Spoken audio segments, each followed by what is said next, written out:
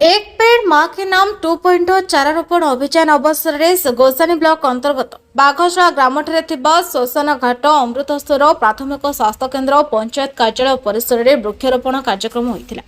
है। कार्यक्रम में मुख्य अतिथि स्थानीय सरपंच टी भीमाराज एटीओ चक्रधर नायक डॉक्टर रजत कुमार सेठी समेत अंगनवाड़ी कर्मी आशा कर्मी मेडिकल कर्मी गाँव साथी ग्रामवासी समस्त मिलित भाव वृक्षारोपण कर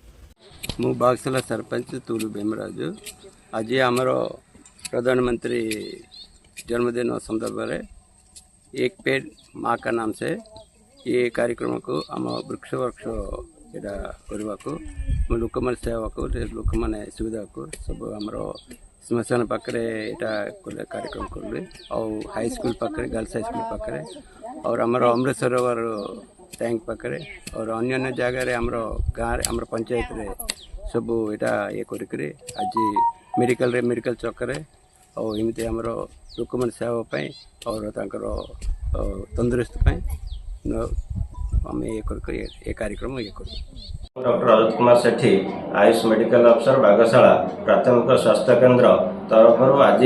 आमर वृक्षारोपण कार्यक्रम अनुष्ठित होता से आमर सरपंच महोदय योगदान करथिले ता सहित आमर समस्त स्टाफ फार्मासिस्ट एएनएम सिक्यूरीटी निर्मल ता सहित आशा अंगनवाड़ी माने उपस्थित थिले ता सहित ग्रामवासी भी किछि जन उपस्थित थिले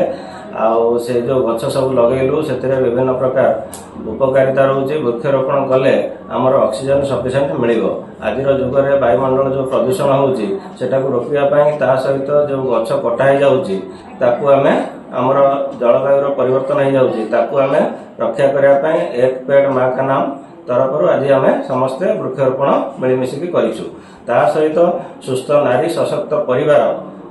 जोटा कि अभियान आज अक्टोबर 17 तारीख ना सेप्टेम्बर 17 तारीख आज आरंभ है। आज ठारू अक्टोबर 2 तारीख पर्यंत चलो से आम जन्मरू वृद्ध